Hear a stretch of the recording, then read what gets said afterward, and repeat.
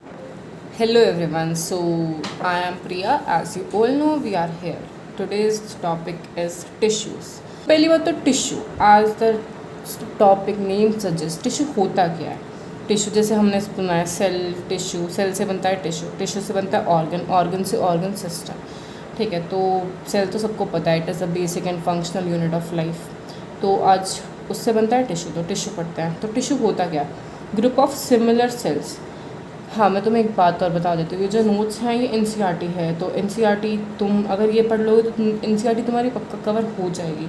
और तुम्हें अगर फिर भी डाउट होता है तुम एनसीईआरटी पढ़ सकते हो। हाँ, मैं कहूँगी कि तुम्हें एनसीईआरटी पढ़नी भी चाहिए इसके बाद, क्योंकि it is for sure NEET के लिए। नीट और एनसीईआरटी का तुम्हें पता है कितना ज़्यादा वो रिलेशन है आपस में।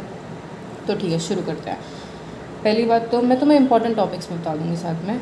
Tissue a group of similar sales along with intercellular substance. पहली बात तो याद रखना इंटरसेलुलर, काफ़ी बार तुम्हें कंफ्यूज करने के लिए बोल देगा इंट्रासेलुलर, तो इंट्रासेलुलर नहीं इंटरसेलुलर। ठीक है, इंटरसेलुलर सब्सटेंस। अब देखो हमारे पास जो सेल्स होती हैं, कुछ सेल्स होती हैं, फिर उसके बाद उनके आसपास का इंटरसेलुलर सब्सटेंस जो एक जैसी सेल्स होती है और उनका एक फंक्शन होता है, तो उससे बनता है टिश्यू।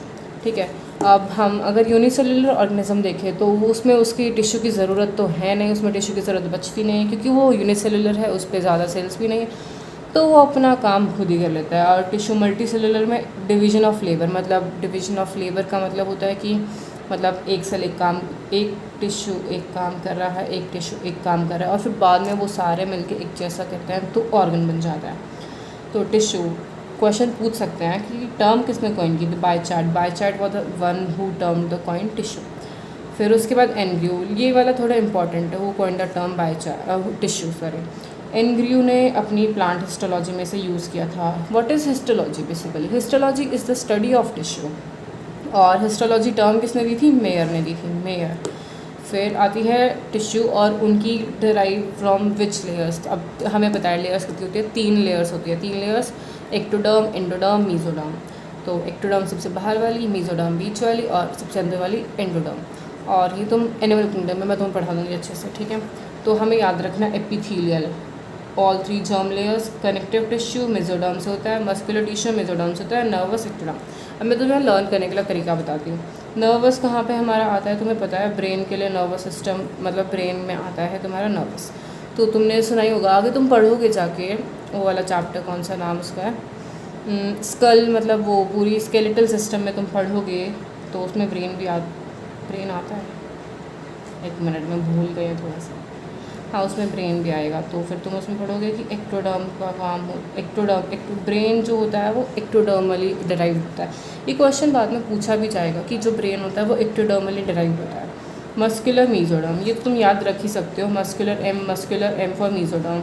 कनेक्टिव टिश्यू मेसोडर्म, ठीक है, सी एम से याद रख लेना तुम, CM चीफ मिनिस्टर। फिर कनेक्टिव टिश्यू और मस्कुलर मीजोडर्म लेयर दोनों कनेक्टेड है। एपिथेलियल सारी एक्टोडर्म, एंडोडर्म, मीजोडर्म सबसे होता है। तो आज का टॉपिक हमारा सिर्फ एपिथेलियल टिश्यू। नेक्स्ट लेक्चर में मैं तुम्हें कनेक्टिव और फिर न्यूरल और मस्कुलर सारे एक साथ करा दूँगी, क्योंकि मस्कुलर और न्यूरल में तुम्हें अभी ज़्यादा पढ़ना नहीं होता, वो जाके बाद में पढ़ते हैं। मतलब टॉपिक्स आते हैं स्केलेटल और नर्वस, सॉरी मैंने गलत बोल दिया था, दैट वाज नर्वस सिस्टम, उसमें पढ़ेंगे हम, स्केलेटल वाले में नहीं आता है। तो हमारा टॉपिक शुरू होता है एपिथेलियल टिश्यू। तो इसकी फ्री सरफेस होती है विच आइदर लाइन बॉडी फ्लूइड को की तरफ फेस करेगी या आउटसाइड इन्वायरमेंट, दोनों में से किसी भी जगह फेस कर सकती है। मतलब अंदर की तरफ करेगी तो बॉडी फ्लूइड, बाहर की तरफ आउटसाइड इन्वायरमेंट। कवरिंग या लाइनिंग प्रोवाइड करता है। फिर उसके बाद आती है एपिथेलियल टिश्यूज़ होती है, कॉम्पैक्टली पैक्ड होती है और बहुत कम इंटरसेलुलर स्पेस होता है उसमें। तो जो इंटरसेलुलर स्पेस है वो बहुत ज़्यादा ही कम होता है, वेरी लिटल। याद रखना, अगर तुम्हें स्टेटमेंट पूछ ली नीट में, मतलब स्टेटमेंट दे दिया और तुमसे पूछा है उसमें कि उसकी स्टेटमेंट करेक्ट, ट्रू या फॉल्स, ऐसा कुछ बताओ, तो तुम्हें बोल दिया epithelial tissues are compactly packed with little intercellular space, तो ये तुम्हारा आंसर हो जाएगा फॉल्स, क्योंकि नहीं, मतलब एक एग्जैक्टली वर्ड याद रखना पड़ता है, वेरी लिटिल इंटरसेलुलर स्पेस। फिर उसके बाद ये जो लाई करती है ना, वो बेसमेंट मेम्ब्रेन पे लाई करती है। तो ऊपर एपिथेलियल होता है, नीचे कनेक्टिव होता है। ये जो बेसमेंट मेम्ब्रेन है ये नॉन सेलुलर होती है, you can see here, non cellular होती है। और इसमें ना मतलब ब्लड वेसल्स की सप्लाई नहीं होती, तो इट इज़ एवेस्क्युलर। तो अब एवेस्क्युलर तो ये खुद है, तो इसका काम क्या होता है? इसका काम हमें पता चलना तो ज़रूरी है। ऊपर एपिथेलियल लेयर होती है, नीचे कनेक्टिव लेयर होती है, कनेक्टिव टिश्यू की लेयर होती है।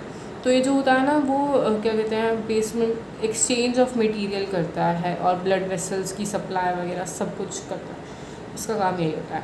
अब बेसमेंट मेम्ब्रेन का देखो तुम, बेसल लेमिला और रेटिकुलर लेमिला। बेसल लेमिला दो चीज़ों से बनी होती है, म्यूकोपॉलीसेकेराइड और ग्लाइकोजन से। रेटिकुलर लेमिला रेटिकुलर फाइबर से और कोलेजन फाइबर से। इतना इंपॉर्टेंट नहीं है, फिर भी एक बार के लिए ध्यान रख लेना।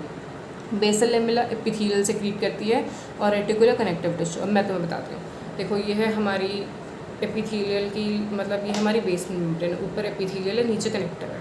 तो जो तुम्हारी एपिथेलियल लेयर है वो ऊपर एपिथेलियल है, नीचे, तो बीच में आती है बेसमेंट मेम्ब्रेन। बेसमेंट मेम्ब्रेन के दो पार्ट्स हैं, तो ये हमारी बेसमेंट मेम्ब्रेन है, लेकिन तुम इसको अभी के लिए एपिथेलियल समझ लो। तो इसके दो पार्ट्स होते हैं, तो ऊपर वाला इस बेसल लेमिला और नीचे वाला इस रेटिकुलर। जो ऊपर वाला बेसल होता है ना, बेसल एपिथेलियल के नीचे है, तो वो एपिथेलियल सेक्रीट करता है, और ये जो रेटिकुलर है वो कनेक्टिव के ऊपर है, तो कनेक्टिव सेक्रीट करता है। ठीक है, म्यूकोपॉलीसेकेराइड ग्लाइकोजन का बना होता है और ये रेटिकुलर कोलेजन फाइबर का बना होता है, इसके बीच फाइबर्स होते हैं। इतना इंपॉर्टेंट बिल्कुल भी नहीं है। अब आगे बढ़ते हैं। अब बात आती है कि हाँ, एपिथेलियल टिश्यू कितने टाइप की होती है? दो टाइप की, हर चीज़ दो टाइप की होती है, सिंपल और कंपाउंड। तो सिंपल होती है सिंगल लेयर ऑफ सेल्स की, और कंपाउंड होती है 2 और मोर लेयर्स। अब सिंपल एपिथेलियम से शुरू करते हैं। ये मैंने थोड़ा सा, तुम इस पर ध्यान मत देना, मैंने थोड़ा सा गलत लिख दिया है, थोड़ा नीचे आता। सिंपल एपिथेलियम, सिंपल एपिथेलियम के भी फर्दर टाइप्स होते हैं। एनसीईआरटी में सिर्फ 3 टाइप से रखे हैं, मतलब 3 टाइप से, और उसके भी सब टाइप्स करके उसमें दे रखा है, तो तुम 3 ही याद रखना। अगर तुमसे पूछा जाए कितने टाइप की होती है, तो 3 टाइप की होती है। कौन कौन से? स्क्वेमस और क्यूबॉइडल और कॉलमनार। ये सारे सीक्वेंस में याद रख लेना, मैं तुम्हें लर्न करने का बता दूँगी। Squamous, cuboidal, columnar. ठीक है, अब सबसे पहले बात आती है स्क्वेमस एपिथेलियम। ये जो होती है ये ऐसी होती है, इरेगुलर सेल, इसकी मतलब ये स्क्वेमस एपिथेलियम है। पहली बात, वेरी लिटिल इंटरसेलुलर स्पेस होता है। ठीक है, अब इसका जो ये है इरेगुलर बाउंड्रीज़ है। डायग्राम बेसिकली तुम डायग्राम देखोगे तो तुम्हें ज़्यादा समझ आएगा। तो ये इरेगुलर बाउंड्रीज़ हैं, तुम्हें दिख रही हैं। ये न्यूक्लियस होता है इसका, जो राउंड होता है और फ्लैट होता है, और ये सेंटर पे होता है। ये इसलिए लिखना ज़रूरी है क्योंकि बाद में हम पढ़ेंगे कि किसी एक का बेस पे होता है, और वो बहुत ज़्यादा इंपॉर्टेंट बात आ जाती है।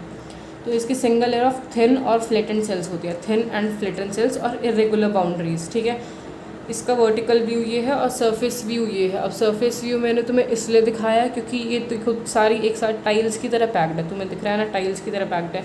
तो इसको हम ना पेवमेंट मेम्ब्रेन कहते हैं, पेवमेंट मेम्ब्रेन, या फिर इसे टेसिलेटेड एपिथेलियम भी कहते हैं, दोनों नाम, लेकिन ज़्यादा कॉमन है पेवमेंट मेम्ब्रेन। तुम्हें पेवमेंट मेम्ब्रेन तो याद रखना ही पड़ेगा। अब बात आती है लोकेशन की। लोकेशन क्या होती है?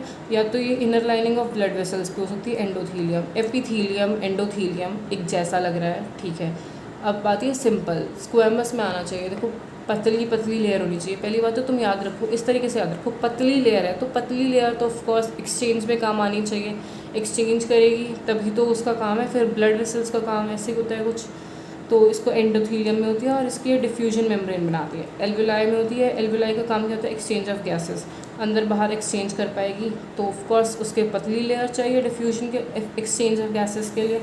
वॉल ऑफ वोमेंस कैप्सूल के लिए फिल्ट्रेशन में काम आती है। हमने 3 जगह बताई, कौन कौन सी जगह बताई? रिकॉल करो। एल्वुलाई, एल्वुलाई का काम क्या होता है? डिफ्यूजन, डिफ्यूजन के लिए पतली लेयर चाहिए, तो पतली लेयर एल्वुलाई, मतलब एक्सचेंज करेगी ना गैसेस का। अब एक्सचेंज कराने के लिए हमें पतली लेयर चाहिए, पतली लेयर से ज़्यादा आसानी से होएगा। और थिन फ्लैटेंड है ये स्क्वेमस, तो इसका काम done. Inner lining of blood vessels मतलब endothelium, endothelium, alveoli, Bowman's capsule. Repeat after me, आँख बंद कर लो और रिकॉल करो। एंडोथीलियम, ब्लड वोमेंस कैप्सूल की वॉल पे और एल्वुलाई पे। ठीक है, फिर हमारा सेकंड आता है cuboidal epithelium. Cuboidal as the name suggest it is cube shape की होती है, तो single layer of cube like cells. ठीक है, अब इसका जो न्यूक्लियस होता है वो राउंड होता है और सेंटर पे होता है। अब इसमें ना एक इम्पॉर्टेंट बात आती है, क्वेश्चन जहाँ से आता है वो बात ये है, मतलब एक तो इसकी लोकेशन से क्वेश्चन आएगा अगर आएगा तो, और मतलब जिन वर्ड्स पर मैं ज़्यादा फोकस करूँ वो ज़्यादा इंपॉर्टेंट है। ब्रश बॉर्डर क्यूबॉइडल एपिथेलियम, ये तुम पढ़ोगे एक्सक्रीशन वाले टॉपिक में कि जो पीसीटी होती है ना उस पर ब्रश बॉर्डर सेल्स होते हैं। तो 99% रीएब्जॉर्प्शन, पहली बात तो इसका काम होता है रीएब्जॉर्प्शन और सिक्रीशन क्यूबॉइडल का ऑफकोर्स, और कॉलमनार का भी यही होता है। तो इसमें हमारी रीएब्जॉर्प्शन कराना है, तो रीएब्जॉर्प्शन कराने के लिए हमें ज़्यादा चाहिए, मतलब ऐसी ब्रश बॉर्डर, मतलब लाइक काइंड ऑफ ऐसी उस पर ऐसी वो होती है, ऐसी। तो ये माइक्रोविलाई होती है, और ये एब्जॉर्प्शन रीएब्जॉर्प्शन कराने में दे आर बेस्ट वन। तो इसकी फिंगर लाइक प्रोजेक्शन कॉल्ड माइक्रोविला है, फ्री सरफेस पे होती है। Location is PCT of nephron, या फिर तुम्हें ये भी लिखा सकता है ट्यूबुलर पार्ट ऑफ नेफ्रॉन, तो ट्यूबुलर, लेकिन बेसिकली नाम पूछा जाता है, that's PCT of nephron. PCT का मतलब proximal convoluted tubule of nephron, जो कि वोमेंस कैप्सूल होता है। उसके बाद जो पहला पार्ट होता है तो बना के दिखाती हूँ, ऐसे ये वोमेंस कैप्सूल है, मतलब ऐसे ही वोमेंस कैप्सूल है। फिर ये जो पहला पार्ट आता है दैट्स पीसीटी, फिर ये डीसीटी आ जाती है, मतलब पीसीटी, और ये लूप ऑफ हेनलेस आ जाती है, असेंडिंग डिसेंडिंग, फिर कहते हैं डीसीटी, फिर आती है कलेक्टिंग डक्ट, ठीक है, that's PCT, proximal convoluted tubule. फिर यहाँ से जैसे जाती है तो यहाँ पे फिल्ट्रेशन यहाँ पे हो जाता है, अल्ट्रा फिल्ट्रेशन है, sorry, reabsorption, basically specifically reabsorption करेंगे तो फिर 90 मतलब बहुत ज़्यादा यहीं पे हो जाता है रीअब्जॉर्प्शन। इसकी बाकी ग्लैंड्स पे लोकेटेड होती है, tubular parts of nephron, thyroid follicle, germinal epithelium पे, फर्स्ट जर्मिनल एपिथेलियम कहाँ पे होती है, गोनाड्स जहाँ पे बनता है, गोनाड्स ओवाटेस्टिस में, ठीक है। तो बेसिकली इसका यही काम था ज़्यादा, tubular parts of nephron, brush border, cuboidal epithelium, tubular parts of nephron. फिर आती है simple columnar epithelium, single layer of tall and slender cells. Columnar, column तुमने देखा ही होगा, तो लंबे लंबे कॉलम्स होते हैं, तो टॉल एंड स्लेंडर शेप। जो न्यूक्लियस होता है इसका बेस पे होता है, that's important point, nucleus is at base. इसमें भी आती है ब्रश बॉर्डर कॉलमिनार। देखो मैं बताती हूँ, नेफ्रॉन वाला पार्ट आए तो हमारे पास, मतलब ट्यूबुलर पार्ट्स ऑफ नेफ्रॉन वाला पार्ट आए तो हमारे पास क्यूबॉइडल आ जाती है, कॉलमिनार, कॉलम तुम थोड़ा सा इसे लिंक कर लो इंटेस्टाइन वाले पार्ट से, तो स्टमक और इंटेस्टाइन जहाँ भी आ जाएगा ना, तो वो मतलब डाइजेस्टिव, बेसिकली तुम डाइजेस्टिव सिस्टम याद कर लो, डाइजेस्टिव सिस्टम है दैट्स कॉलमिनार, और एक्सक्रीटरी सिस्टम में दैट्स क्यूबॉइडल। तुम्हारे ज़्यादा क्वेश्चन इससे सॉल्व हो जाएंगे, ठीक है। तो ब्रश बॉर्डर कॉलमिनार एपिथेलियम जो होती है हमारी, ये इंटेस्टाइनल म्यूकोजा में होती है। इंटेस्टाइनल म्यूकोजा का काम क्या होता है, एक गॉबलेट सेल सिक्रीट करता है। अब गॉबलेट सेल्स क्या होती है, गॉबलेट सेल्स होती है म्यूकस सिक्रीट करती हैं गॉबलेट सेल्स, बहुत ज़्यादा काम होते हैं इसके ना। PYQs भी हैं, तो इस बात पे कंसंट्रेट करना कि brush border columnar epithelium, columnar, I am focusing on it, columnar epithelium, तो गॉबलेट सेल्स होती है म्यूकस सिक्रीट करती है, और वो इसका ही होती है पार्ट। इसकी लोकेशन जैसे कि मैंने तुम्हें बताया, डाइजेस्टिव सिस्टम वाला आ जाए तो stomach, intestine, gall bladder, pancreas, absorption secretion, इसका भी यही काम होता है। मैं इस पर लिख देती हूँ पहले, ये हमारा डाइजेस्टिव सिस्टम, ठीक है। फिर आता है, अब हमने मतलब मैंने नोट्स बनाने के लिए, ज़्यादा क्लियर करने के लिए लिख दिया है साथ में। अब आते हैं सीलिएटेड एपिथेलियम की बारी। तो सीलिएटेड एपिथेलियम क्या होता है, सीलिया, ऑफ कोर्स उस पर लिखा है सीलिया। उसकी सीलिया का काम क्या होता है, वो पार्टिकल्स को ऐसे मूव करेगा, ऐसे मूव करेगा, या फिर म्यूकस को मूव करेगा। तो ये तुम पढ़ लेना, मैं मतलब तुम्हें एक्सप्लेन कर दे रही हूँ, लेकिन तुम ये सब पढ़ लेना खुद से।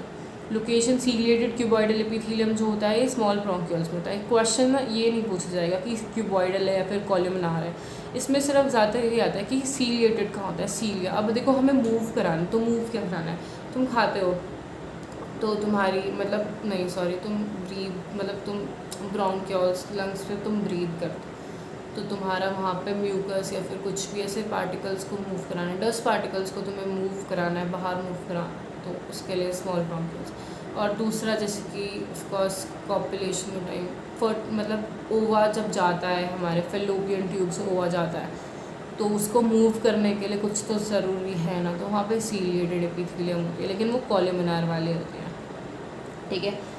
तो सीलिया एक तो यही इंपॉर्टेंट ये फेलोपियन ट्यूब है और स्मॉल ब्रोंक्यूल्स है। तो याद रखना कि ट्रैकिया याद रखना, ट्रैकिया और हमारा fallopian tube. Pseudo stratified epithelium, pseudo stratified मतलब सूडो नाम मतलब फॉल्स आ जाता है। अब सूडो होता क्या है, सूडो जस्ट मीन्स दिस कि देखो एक होता है मतलब फॉल्स, तो क्यों दिखेगा, हम पढ़ रहे हैं क्या पढ़ रहे हैं, हम सिंपल एपिथेलियम पढ़ रहे हैं, तो सिंपल है, लेकिन इसमें 2 लेयर दिखती हैं। तो एक छोटी होती है, मतलब इसे 2 टाइप की, इसे कहते क्यों है सूडो स्ट्रेटिफाइड, क्योंकि 2 टाइप की सेल से बना होता है, एक होती है छोटी सेल्स, एक होती है बड़ी सेल्स।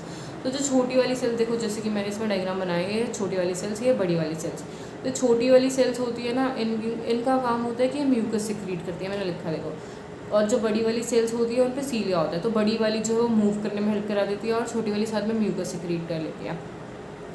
और जो छोटी वाली सेल्स होती है उनका राउंड न्यूक्लिया होता है, और जो लंबी वाली होती है उनका ओवल न्यूक्लिया होता है। अब लोकेशन की बात करते हैं, pseudo stratified non ciliated, basically just focus on this word non ciliated. ये क्वेश्चन बहुत बार रिपीटेड है, मतलब तुम प्रैक्टिस के लिए करोगे तो बहुत ज़्यादा रिपीटेड। नॉन सीलिएटेड मतलब यूरेथ्रा ऑफ मेल में जो होती है, यूरेथ्रा में जो होती है मेल के, वो नॉन सीलिएटेड होती है।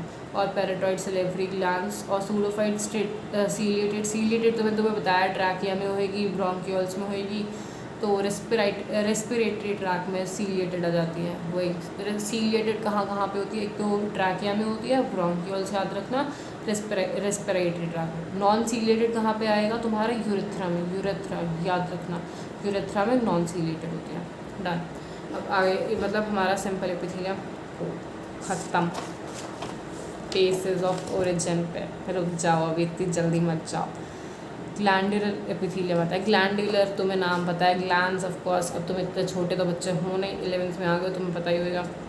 ये आती है सिक्रीटरी सेल्स, ये मॉडिफाई होकर बनती है, क्यूबॉइडल होती है फिर कॉलमनार होती है। मैं देख लूँ दिख रहा है ना, हाँ क्यूबॉइडल होती है, कॉलमनार होती है। टाइप ऑफ ग्लैंड्स, अब ग्लैंड्स दो टाइप के, मतलब यूनिसेलुलर और मल्टी सेलुलर। हर चीज़ में तुम पढ़ोगे ना तो ज़्यादा कहता है यूनी मल्टी। यूनी मतलब सिंगल, जिसमें एक ही आइसोलेटेड सेल होती है, और मल्टी मतलब क्लस्टर ऑफ सेल्स। तो अब हम पढ़ते हैं unicellular, single isolated cell. Single cell goblet cell, याद रखना बहुत इंपॉर्टेंट है, goblet cell single cell goblet cell. और जो दूसरा हमारा ये multi cellular, salivary gland, sweat gland. बाकी जितने भी तुम मतलब अगर क्वेश्चन आ जाए ना तो तुम बस याद रखना मल्टी सेलुलर में कुछ तो मतलब तुमसे गॉबलेट सेल होएगा ना वो यूनिसेलुलर है, बस इतना याद रखना, बाकी तो तुम्हारा हो जाएगा।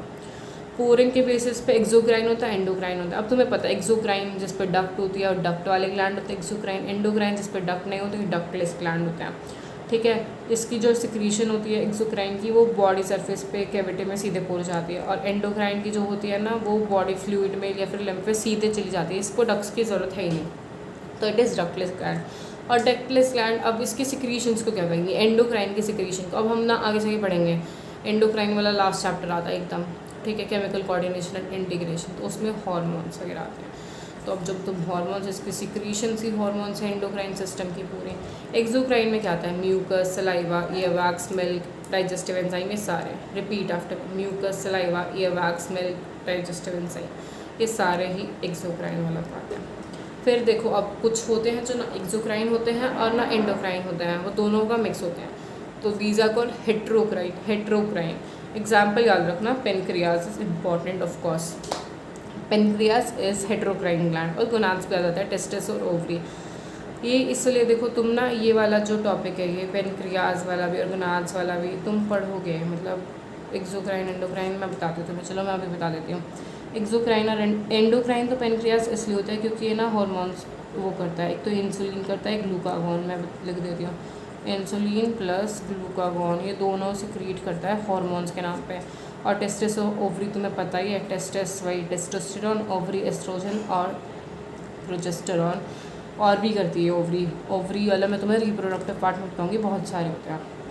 और पेनक्रियाज का एक्सोक्राइन क्यों है, क्योंकि ये डाइजेस्टिव सिस्टम में पार्टिसिपेट करता है। तुम डाइजेस्टिव सिस्टम में तो पढ़ाऊंगी तो बहुत ज़्यादा पता चलेगा इसके बारे में। तो ज़्यादातर रोल ना पेनक्रियाज का ही होता है उसमें, मतलब बहुत ज़्यादा, जिसमें तुम्हें कन्फ्यूजन होती है वो पेनक्रियाज होती है। फिर आता है हमारा सिंपल एपिथेलियम, ख़त्म, मतलब पूरा वाले ख़त्म आपको। फिर आता है कंपाउंड एपिथेलियम। कंपाउंड जो दो ज़्यादा लेयर से बना हुआ है। डीपेस्ट लेयर कौन सी होती है इसमें, क्यूबॉइडल या कॉलमनार की। देखो इसमें ना जो नीचे वाली सबसे नीचे वाली ये बहुत सारी सेल्स है, ये बहुत सारी सेल्स। ऊपर वाली लेयर और नीचे लेयर, इनका नाम पता क्या होता है मैं बताती हूँ। ऊपर वाली को सबसे कहते हैं सुपरफिशियल लेयर कहते हैं, और नीचे वाली को कहते हैं स्ट्रेटम जर्मिनेटम, ठीक है। इतना काम की बात बिल्कुल नहीं है, एनसीईआरटी में भी नहीं है, तो तुम्हें ज़्यादा फोकस करने की ज़रूरत नहीं है। इसका फंक्शन क्या होता है, जो ये देखो अब हमने इतना सारा पढ़ा तो उसका मतलब सिंपल वाली पढ़ी तो वो सिंपल थी, एक सेल से बनी हुई थी, तो उसका काम क्या था, एब्जॉर्प्शन और सिक्रीशन करना। लेकिन अब इसका काम, अब वो वाला काम तो उसने कर लिया, अब ये भी वो काम करेगा, तो फ़र्क क्या रह जाएगा, कुछ भी नहीं। इसलिए इसका एब्जॉर्प्शन सिक्रीशन में बहुत कम रोल होता है, लेकिन ये मैकेनिकल और केमिकल स्ट्रेस के अगेंस्ट प्रोटेक्शन करता है, दैट्स इम्पॉर्टेंट थिंग। लिखिए एनसीईआरटी में बहुत लोग ध्यान से पढ़ते नहीं हैं, इसलिए दैट्स गुड। फिर अब हम पढ़ते हैं कंपाउंड एपिथेलियम की टाइप, स्ट्रेटिफाइड और ट्रांजिशनल। ज़्यादातर इसमें ना ट्रांजिशनल पूछा जाता है, वो मैं तुम्हें बता दूँगी अभी। स्ट्रेटिफाइड एपिथेलियम बहुत सारी लेयर्स होती हैं क्योंकि कंपाउंड है ऑफकोर्स। अब इसकी मॉर्फोलॉजी के हिसाब से दो टाइप है, स्ट्रेटिफाइड क्यूबॉइडल, स्ट्रेटिफाइड कॉलमनार। हर चीज़ में क्यूबॉइडल कॉलमनार क्यूबॉइडल कॉलमनार कोई नहीं, हो जाएगा, पढ़ो। Stratified cuboidal epithelium, superficial layer जो होती है, इसको नाम किस बेसिस पे दिया कि जो सबसे ऊपर वाली लेयर सुपरफिशियल लेयर होती है वो इसमें क्यूबॉइड शेप, क्यूब शेप की होती है, क्यूबॉइडल वाली होती है। तो इसकी लोकेशन देखो, सलाइवरी डक्ट और पेनक्रिएटिक डक्ट, ठीक है। और फिर आती है इसमें स्ट्रेटिफाइड केरेटनाइज्ड स्क्वेमस, केरेटनाइज्ड स्क्वेमस। अब दूसरी वाली हम तुम मतलब जान लो, केरेटनाइज्ड और नॉन केरेटनाइज्ड। केरेटिन तुमने पढ़े हुए, केरेटिन प्रोटीन होता है, और जो केरेटिन होता है ना इम्परमेबल टू वाटर होता है। अब देखो हमारी स्किन सरफेस कितनी ड्राई हो जाती है कभी कभी हमारी स्किन ना, उस पर केरेटिन होता है, पता है तुम्हें? तुम्हारे बाल है तो केरेटिन तो है, it is impermeable of course. फिर आती है नॉन केरेटिनाइज्ड स्क्वेमस एपिथेलियम, और ये ना मॉइस्ट सरफेस को कवर करती है, जैसे कि buccal cavity, pharynx, oesophagus, vagina, cervix. देखो तुम सीरीज़ में याद कर लो, मुंह से शुरू होता है बक्कल कैविटी, मुंह में तुम्हें पता ही सलाइवा है ना, थोड़ा बहुत पानी तुम्हें पता ही है, तो तुम एडजस्ट कर लेना इससे, तो थोड़ा सा ऐसे याद रख सकते हो।